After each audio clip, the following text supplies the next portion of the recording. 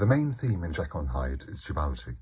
Now this means opposites, good and evil, the way we can have good and evil mixed up in the same person and in the same idea.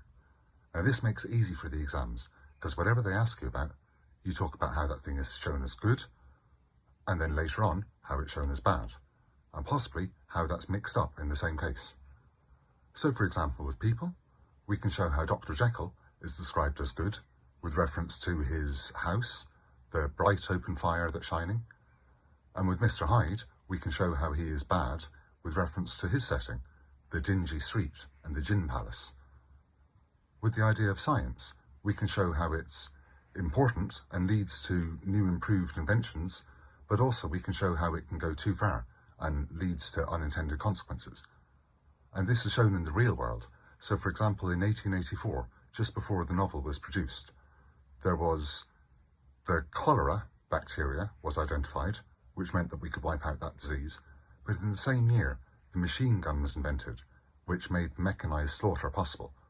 So if you can talk about how an idea can be shown as its opposite, then that's an easy way to get a high grade in Jekyll and Hyde.